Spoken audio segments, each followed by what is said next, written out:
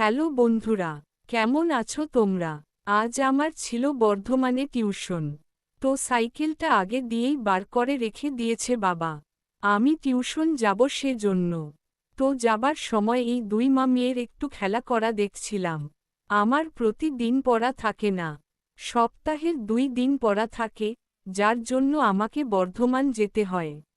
তো বাইরের সুন্দর দৃশ্য দেখতে দেখতে আমি বর্ধমান চলে এলাম। ট্রেন থেকে নেমে হাঁটতে শুরু করলাম। আজ আবার এক্সেলেটারটাও বন্ধ। বর্ধমান স্টেশনে এটা মাঝে মাঝেই এমন এক্সেলেটার বন্ধ হয়ে যায়।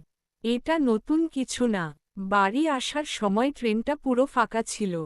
আমি আমার পছন্দের জানালার ধারে গিয়ে বসে পড়লাম। মা আজ আমায় আসার সময় কিছু জিনিস আনতে বলেছিল। তো সেই মতো আমি চলে গেলাম প্রথমে একটা মিষ্টির দোকানে।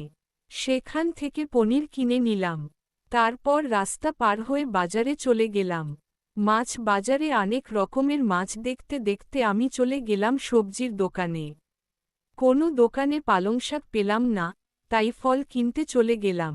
মায়ের পুজো দেওয়ার ফল কিনে বাড়ি চলে এলাম।